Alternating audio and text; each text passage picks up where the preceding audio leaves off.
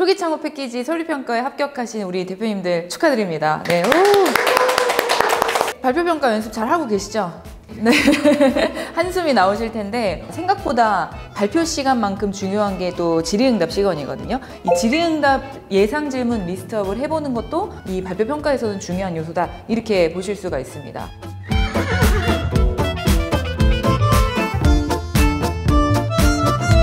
자, 첫 번째 질문은 뭐냐면, 이 아이템은 도대체 왜 필요한 거예요?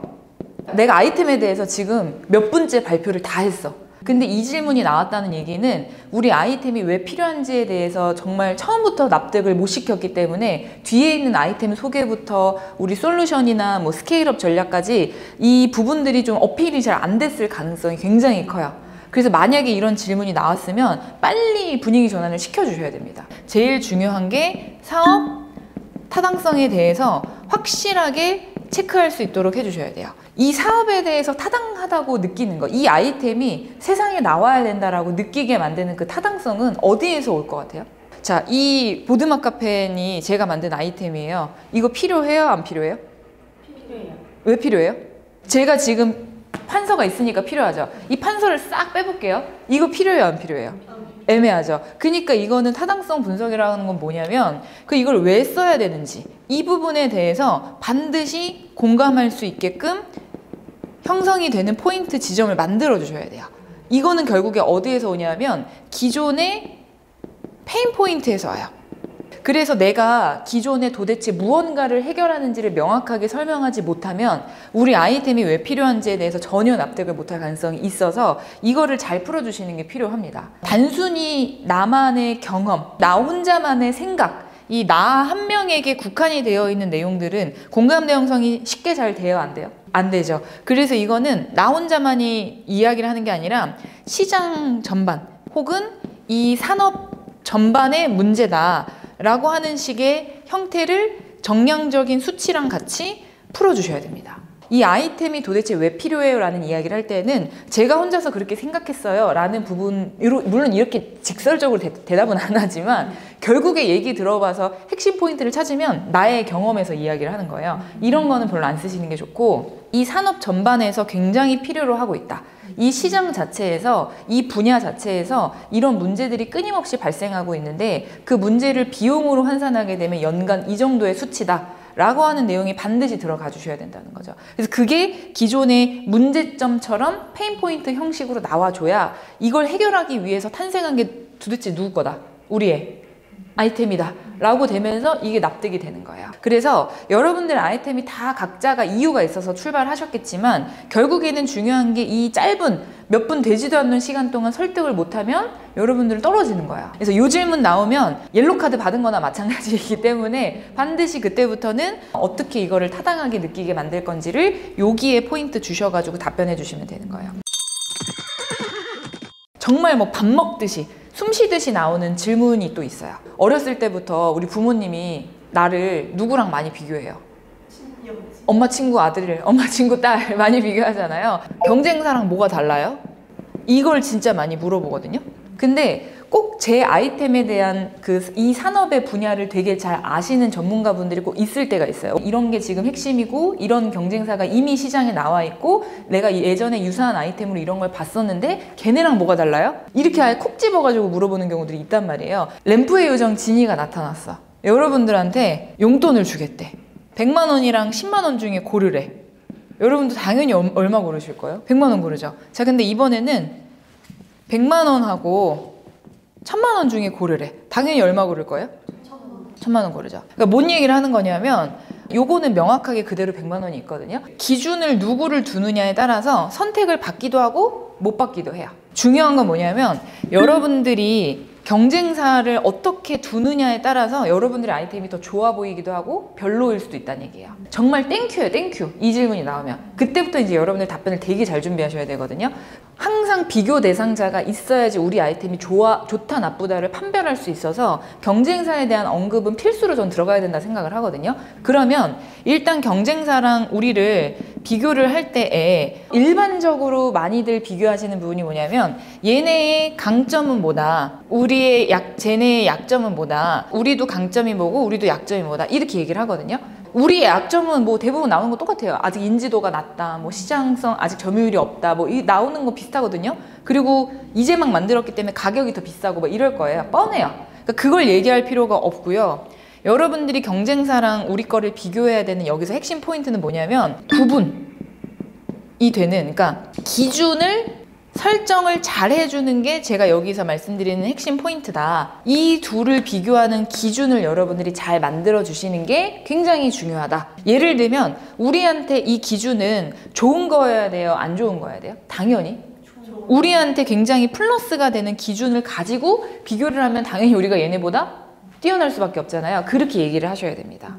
요 얘기를 하실 때에는 예를 들면 이런 거예요. 분해의 시간을 봤더니 얘네가 더 낮아요. 그러니까 우리가 더 분해가 되게 빨리 돼요.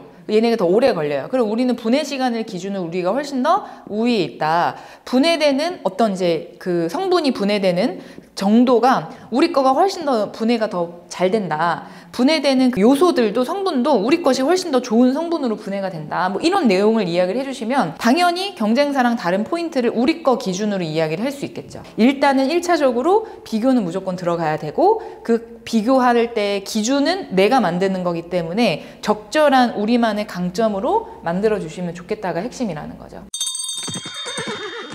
그 아이템으로 어떻게 초기에 시장에 진입을 하실 건가요? 요 질문 되게 많이 나와요. 그러니까 결국에는 돈을 벌어야 되잖아요. 그렇기 때문에 시장에 어떻게 진입할 수 있나요? 라는 질문이 항상 나오거든요.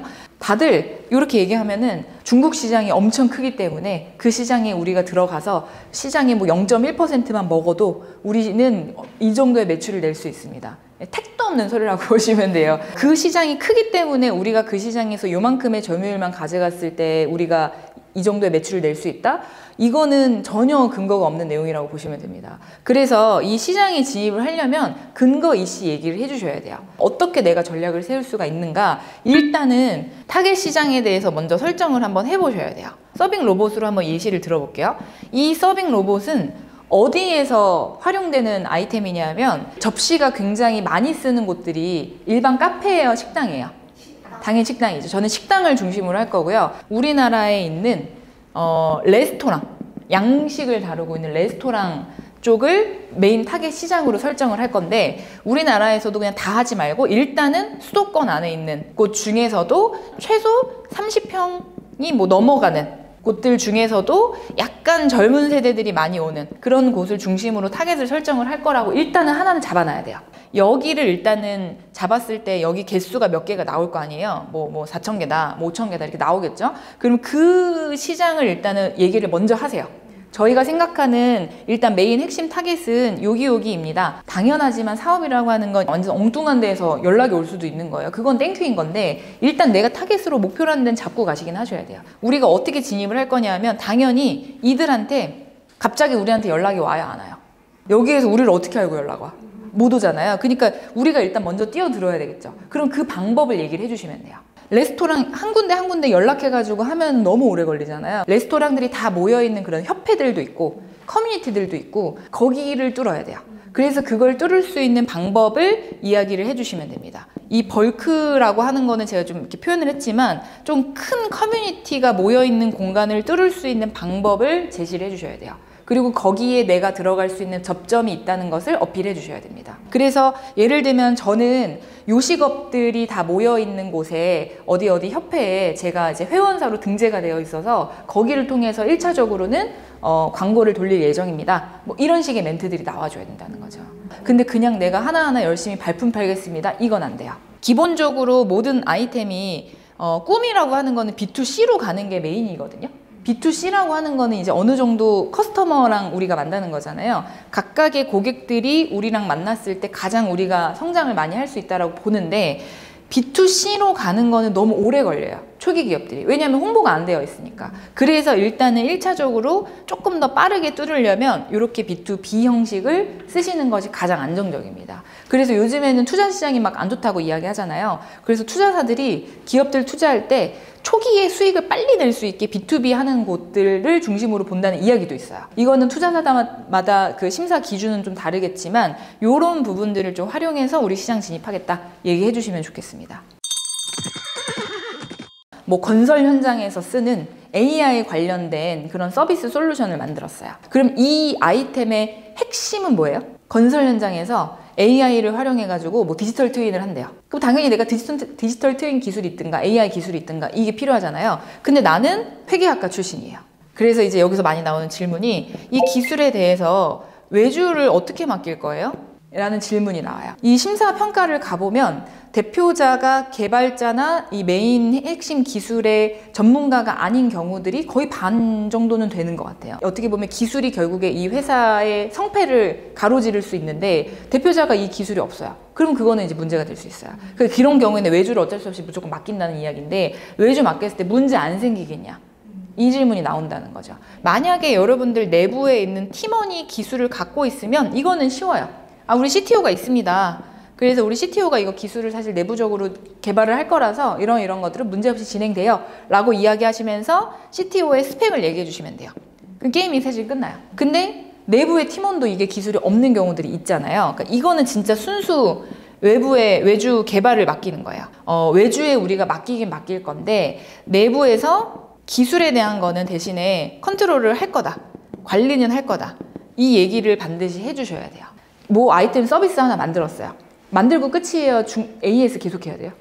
AS 계속해야 되고 그거 내가 조금만 확장하고 싶으면은 또 새로 만들어야 되고 그러니까 이거는 다 돈이거든요. 한 번 기술 개발 추가할 때마다. 그렇기 때문에 이 부분에 있어서는 우리가 내부에서 컨트롤할 수 있고 장기적으로는 내재화를 시킬 수 있도록 내부의 팀원을 뽑겠습니다. 이걸로 얘기는 해주셔야 된다는 거죠. 그래서 어쨌든 간 이 기술 관리를 주도권을 우리가 안 뺏기고 갖고 있다는 게 굉장히 중요한 포인트고 이거를 여러분들이 얘기하지 못하시면 아마 여기에서 굉장히 많이 깎이실 가능성이 있습니다. 당연히 외부 개발은 정말 생판 모르는 인터넷 검색해서 진행하는 게 아니라 내가 잘 아는 곳에 파트너사로 둔 데를 MOU까지 맺고 어느 정도 기술에 대한 협력을 가지고 진행을 할 거다. 약간 이런 느낌을 좀 주시면 더 좋을 것 같기는 합니다.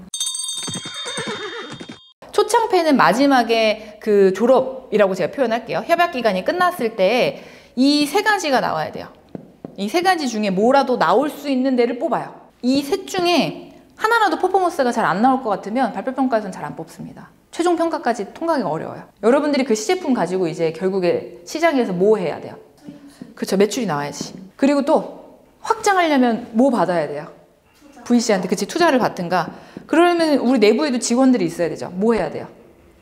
그쵸. 고용 창출. 이 세 가지가 핵심이야. 초기 창업 패키지는 이 세 가지 매출, 투자, 고용에 대한 지표를 되게 잘 얘기를 해주셔야 되고 이 세 가지를 내가 잘 낼 수 있다라는 내용이 많이 나와 주셔야 됩니다. 그런 측면에서 매출에 대한 질문이 좀 나올 가능성이 있어요. 매출을 너무 많이 잡은 거 아니에요? 하는 질문이 있는 경우도 있고요. 너무 적게 잡은 거 아니에요? 하는 질문이 있을 수도 있어요. 보통 스타트업들 그래프 보면 이렇게 생겼어요. 내년도에 뭐 5억, 내후년도에 30억, 그 다음 년도에 500억. 뭔지 아시죠? 그 다음 년도에 1,500억. 말도 안 되는 지표들이 나오거든요. 근데 이렇게 내셔도 설득력만 있으면 괜찮은데 사실 초기 창업 패키지 단계에서는 이 설득하는 경우가 쉽지는 않으실 거예요. 예를 들면 적게 잡으신 기업은 딥테크인 경우에는 인정. 그러니까 R&D가 좀 많이 들어가는 아이템인 경우라면 이걸 적게 잡으셔도 인정이 되거든요. 그리고 플랫폼인 경우도 여러분 당근마켓에 돈 내요, 안 내요? 안 내죠. 결국에 그런 데들은 다 광고 수익이잖아요. 그런 데들은 결국에는 수익 모델 자체가 트래픽이 나와야지만 돈을 벌 수 있는 구조라서 무료로 다 유입을 시켜야 돼요. 그렇기 때문에 그런 경우에는 매출을 초반에 내기가 어렵습니다. 그래서 우리가 매출은 적지만 투자를 받아서 유저를 극대화시킨 다음에 어떤 식으로 회사를 영위할 거다라는 거에 대한 설득력이 있으면 이것도 괜찮다는 거지. 매출을 너무 많이 잡으시는 케이스 같은 경우에는 반드시 그 매출이 많이 나기까지의 뭔가 특수 상황이 그 전제가 돼야 돼요. 우리가 200만 인플루언서인 어디랑 진행을 하는 걸로 확정을 했다. 이런 게 있으면 이제 이렇게 점프 매출을 하는 것도 인정이 되거든요. 근데 그런 거 전혀 1도 없어요. 그냥 제 생각에는 그럴 것 같아서요. 이거는 절대 안 돼요. 혹은 나는 이 시점에 무조건 기업 가치를 100억 정도로 해서 투자 유치를 얼마 정도를 받을 거고 이 부분에 대해서는 이미 VC 몇 곳이랑 얘기를 라운딩을 돌고 있다. 그렇기 때문에 나는 요 시기에 투자를 받으면 공격적으로 사업을 확장할 거기 때문에 요 정도 매출은 가능하다고 생각한다. 뭐 이런 내용을 이야기하셔도 돼요. 아니면 그냥 지금 약간 하나 딱 접고 들어가서 이거는 맞긴 한데요. 지금 요 매출은 조금 공격적으로 잡은 매출이고요. 저희가 사실 조금 보수적으로 잡으면 요 정도까지 생각하고 있기는 해요. 살짝 꼬리 낮춰가지고 그렇게 이야기하셔도 상관은 없어요. 자, 이렇게 질문 많이 나올 수 있는 걸 좀 살펴봤는데 아마 여러분들이 발표평가 준비하면서 발표 연습만 하고 계실 거거든요. 그 발표 이후의 질의응답을 통해서 생각보다 괜찮네? 하고 올라가는 경우도 있고요. 생각보다 별론에서 떨어지는 경우도 많아요. 결국에는 끝이 시작이 되는 게 딱 여기 질의응답이거든요. 어떻게 여러분들이 이거를 준비할 수 있을지를 조금 더 적극적으로 고민해 보신다면 여기를 통해서 발표 때 조금 미비했던 부분들도 충분히 보완할 수 있을 거라고 생각을 합니다.